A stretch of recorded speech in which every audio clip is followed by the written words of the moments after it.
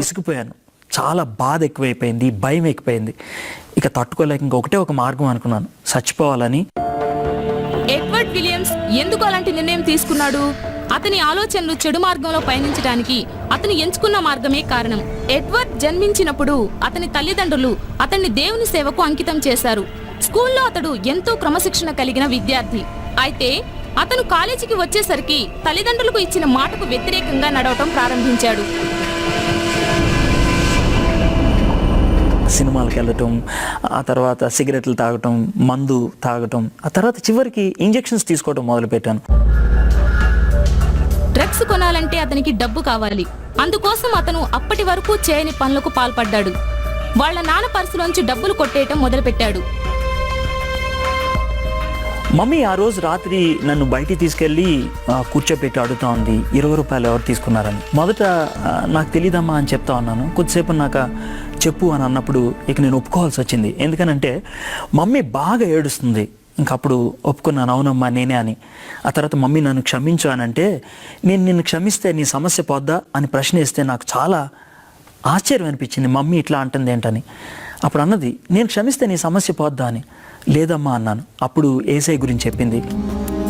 ఈ సంఘటనకు తోడు మరొకటి జరిగింది వాళ్ళింట్లో. ఎడ్వర్డ్ వాళ్ళ నాన్న ఎంతో ఇష్టపడి దాచుకున్న పెన్ను తీసుకువెళ్లి ఎక్కడో పోగొట్టాడు. ఆయన ఏమంటారో అని భయంతో యేసుక్రీస్తును ప్రార్థించాడు. మొదటిసారిగా ప్రార్థన చేశాను, యేసయ్య నువ్వంటూ నిజంగా ఉంటే నాకు పెన్ను దొరికేటట్లు చేయని.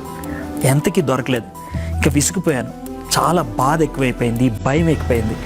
అదే రోజు సాయంత్రం ఎడ్వర్డ్ స్నేహితుడు సురేష్ అతన్ని తనతో పాటు ప్రార్థనా సమావేశాలకు రావాల్సిందిగా ఆహ్వానించాడు. తప్పు చేశానన్న భావంతో, భారంగా మారిన హృదయంతో అతడు సురేష్ తో చర్చికి వెళ్లటానికి ఒప్పుకున్నాడు. అక్కడ అతనికి మనశ్శాంతి లభించలేదు కదా, ఇంకా వేదన అధికమైంది, దిగులు ఎక్కువైంది. ఆ బైబిల్ స్టడీ తీసుకున్న ఆయన్ని కొన్ని ప్రశ్నలు వేశాను. ఆ ప్రశ్నలకు ఆయన జవాబు చెప్పలేపాడు.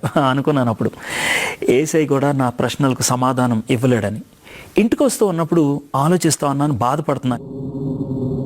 అపరాధ భావం, నిరాశ, ఆవేదనలు తట్టుకోలేక, మరోవైపు అన్ని రకాల దురలవాట్లతో ఏం చేయాలో తోచక చివరికి అతను ఆత్మహత్య చేసుకోవటానికి రైలు పట్టాలెక్కి చావును ఆహ్వానిస్తూ నిలబడ్డాడు.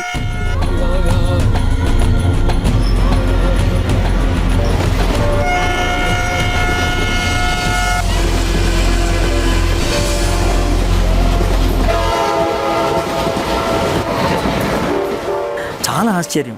వెనక నుంచి నా ఫ్రెండ్ సురేష్ నన్ను పట్టుకొని వెనక్కి లాగుతూ ఉన్నాడు. అడుగుతా ఉన్నాడు, ఎందుకురా చచ్చిపోదాం అనుకుంటున్నావు అని. ఆ సమయంలో చెప్పాను నాకున్నటువంటి బాధ గురించి. యేసయ్య గురించి చెప్పడం మొదలుపెట్టాడు సురేష్. యేసయ్య నీ సమస్యను పరిష్కరిస్తాడని. నేను అన్నాను, యేసయ్య పరిశుద్ధుడు, నా దగ్గరికి ఎలా వస్తాడు? నేను చాలా చెడ్డోడిని, నేను పాపిని అని అంటే, లేదు యేసయ్య ప్రేమమయుడు అన్నాడు. మనం చేసిన పాపాన్ని తన మీద వేసుకొని మనకు బదులుగా ఆయన శిక్షను అనుభవించడం బట్టి ఇటు ప్రేమను అటు పవిత్రతను రెండాటిని కూడా తృప్తిపరచగలిగాడు.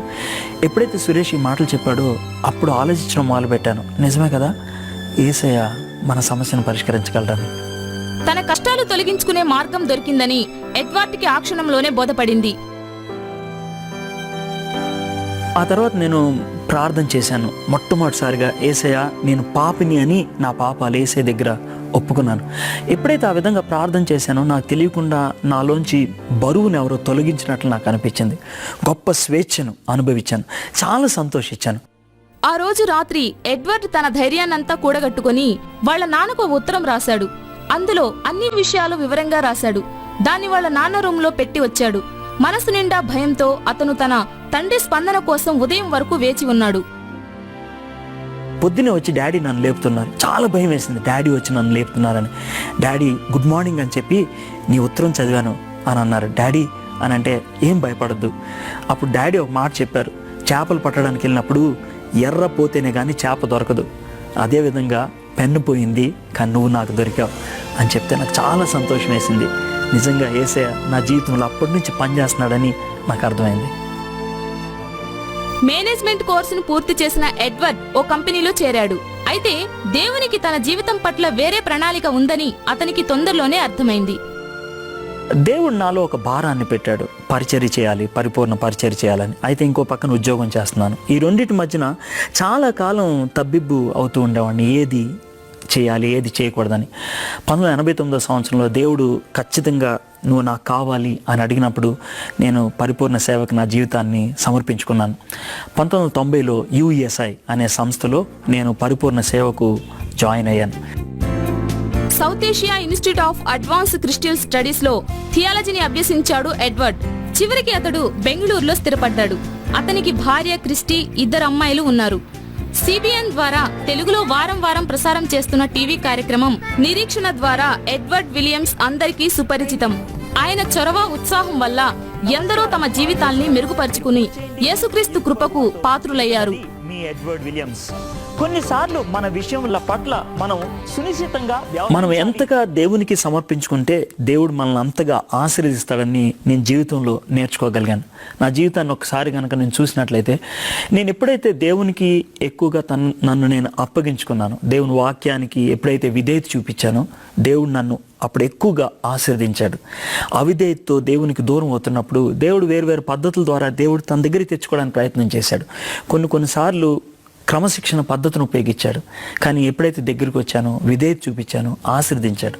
కాబట్టి ఈ దినాన్ని మీకు చెప్పగలిగేది ఒక్కటే, దేవుని వాక్యానికి విధేయత చూపించినట్లయితే ఖచ్చితంగా మీ జీవితంలో ఆశీర్వాదాన్ని అనుభవించగలుగుతారు.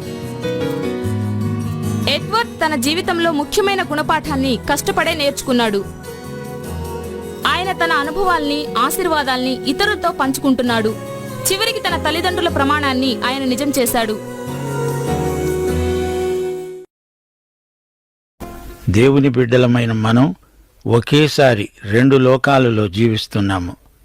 ఇహపరములు 2 ఒకేసారి ఒకే సమయంలో మన నివాస స్థలాలు.